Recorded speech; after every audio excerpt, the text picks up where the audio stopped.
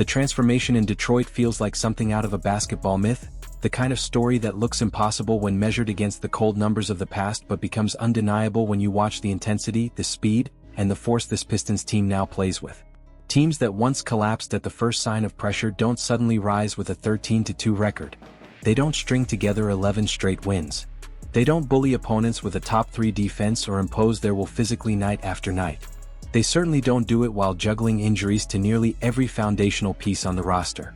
And yet, the Pistons have rewritten their own identity so dramatically that the rest of the league has no choice but to take them seriously. What was once a rebuilding project has now hardened into one of the most relentless forces in the NBA. What makes this renaissance so striking is how it was built. Cade Cunningham missing time should have sunk the offense. Ausar Thompson missing games should have weakened the perimeter defense. Stewart, Tobias, Ivy, and Duran all dealing with injuries should have rattled the team beyond repair. Ivy hasn't even stepped foot on the floor this season. Yet regardless of who is available, Detroit keeps punching, keeps running, keeps defending, and keeps winning. Cade has been the closer this franchise has always needed, turning fourth quarters into personal showcases of patience, strength, and shot-making.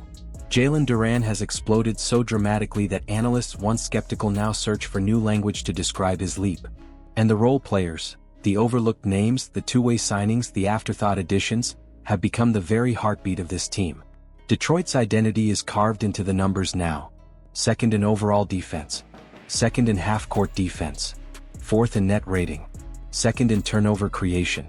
These aren't streak numbers. These are the metrics of a team that forces you into a war every time you cross half-court. Opponents aren't just guarded, they're suffocated. Shot attempts feel like battles. Simple passes become strategic puzzles. Every drive ends with a swarm of hands, bodies, and angles closing in. Ausar Thompson at the point of attack has become a defensive nightmare, the kind of young stopper who doesn't just guard players but erases entire sections of an opposing team's game plan. Cade and Jenkins use their length to ambush ball handlers. Javonte Green injects chaos exactly when the team needs volatility. Stewart and Duran clean up everything at the rim with an authority that demoralizes even elite finishers. And the film shows it perfectly. Turnover after turnover. Seamless transitions. Open threes created from defensive instincts. Fast breaks that look effortless because the Pistons already know exactly where the ball should go before they even secure it. These patterns aren't accidents. They're the result of a defensive system built with clarity, aggression, and discipline. But even with this overwhelming defensive presence, the Pistons still have distance to cover offensively, and that's where the real growth begins to shine. Last year, a half-court possession for Detroit felt like a countdown clock to disaster. They had spacing but no creation outside of Cade, no secondary threats, no consistency. But now, that entire weakness has flipped into a foundation. The Cade Duran pick and roll has become one of the most effective offensive actions in basketball. Their chemistry, timing, and trust play out possession after possession as if they've been running it for a decade. Detroit now ranks 13th in half-court offense, a massive leap from last year's struggles. And it matters, because when the playoffs come, the team that survives is the team that can score when the floor shrinks in chaos.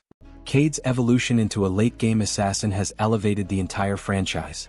He's closing games with a confidence that only true stars possess, despite shooting poorly from three this season. He's overpowering smaller guards, dancing around bigger players, and delivering tough, high-pressure shots consistently.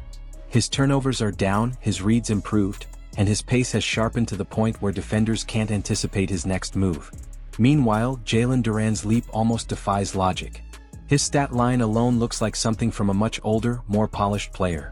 Over 20 points per game, nearly 12 rebounds, elite finishing, and sky-high efficiency. But the true leap lies in his decision-making and expanded offensive skill set. He's not just catching lobs anymore. He's attacking off the dribble, navigating short-roll situations, reading defenses, and finishing through contact. He's a 21-year-old who plays like a veteran cornerstone. And as teams attempt to trap Cade or overload the perimeter, Duran punishes every defensive mistake with finishes that look effortless and violent at the same time. His free throw shooting has stabilized, making him even more difficult to scheme against. Detroit didn't expect this leap so soon. They didn't need it yet. But they have it, and it changes everything. Yet the Pistons' success is not just about their stars. Detroit's supporting cast has stepped up in ways few could have predicted. Duncan Robinson has brought sharp shooting and surprising defensive effort, punishing teams that collapse into the paint. Denise Jenkins might be the most unexpected breakout of the season, a player who went from two-way anonymity to becoming a vital secondary creator and floor general. His steadiness has given Cade a partner in handling pressure. Asar Thompson continues to develop, and though the shot isn't there yet, everything else he provides, movement, energy, defense, anticipation, makes him indispensable. Even the deeper bench pieces like Javonte Green and Chaz Lanier have carved out meaningful roles, contributing with intelligence and intensity. What's wild is that Detroit has not been fully healthy for a single game this season.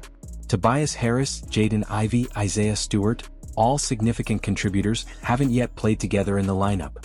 If this short-handed version of the Pistons is already top tier, what happens when everyone returns? The Eastern Conference landscape is wide open. Injuries and inconsistency have weakened some of the top contenders. And Detroit, with its elite defense, improving half-court offense and youthful energy, feels like a team poised to steal more wins than anyone expected. They have the foundation of a playoff disruptor. They have the potential of a rising contender. And they have the timeline of a franchise that may soon compete for much more than a playoff spot. The only missing piece is consistency from three, especially from Cade. Once he regains that reliable jumper, defenses will be forced to adjust in ways that open the entire floor. Detroit doesn't need perfection from deep, just enough to force teams to respect them. And with the leaps they're making, that moment feels inevitable. Detroit is young, hungry, and improving by the day. And what started as a surprising run now looks like the early chapters of something much bigger. A return to relevance, a return to identity, and perhaps, a return to contention sooner than anyone imagined. What do you think? Is Detroit's rise sustainable, or is this early season dominance hiding weaknesses that will show later?